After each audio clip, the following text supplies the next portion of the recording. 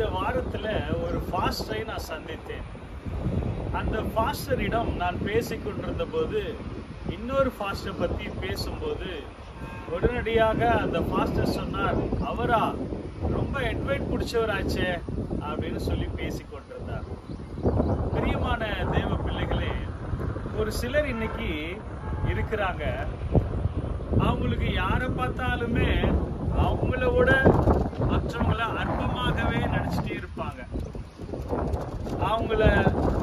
அவங்களுக்கு ஒன்றும் தெரியாது, இவங்களுக்கு மட்டும்தான் எல்லாம் தெரியும் அப்படின்ற ஒரு எண்ணத்தோட அவங்க காணப்படுவாங்க. பிரியமானவர்களே, கவனிங்க, வேதத்துல நீதிமொழிகள் 16ஆம் அதிகாரம் 5ஆம் வசனம் இப்படியா சொல்லுகிறது, மன மேட்டிமை உள்ளவன் எவனும் கர்த்தருக்கு அருவருப்பானவன்.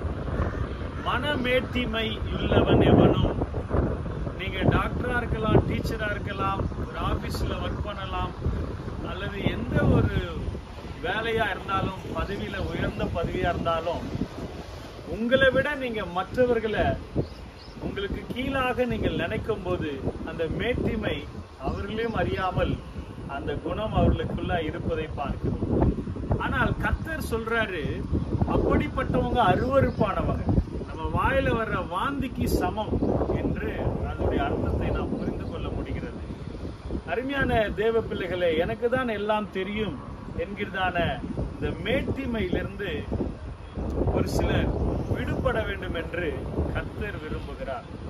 ஆகவே இப்படிப்பட்ட குணங்கள் ஊழியக்காரர்களை குறித்து அற்பமாக நினைக்க கூடாது.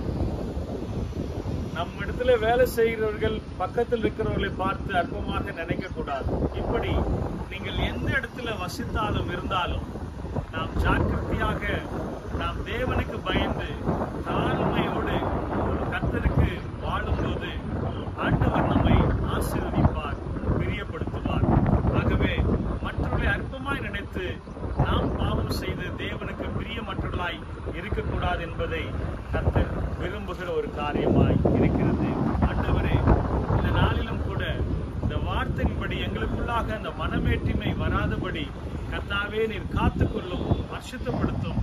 ஆண்டவரே, நாங்கள் பெருமையில விழுந்து நாங்கள் ஆண்டவரே மற்றவர்களை அற்பமாய் நினைக்காதபடி நாங்கள் எல்லாரையும் ஆண்டவரே எங்களிலும் மேன்மேலாக நினைக்க எங்களுக்கு கிருபை தாரும், ஞானத்தை தாரும்.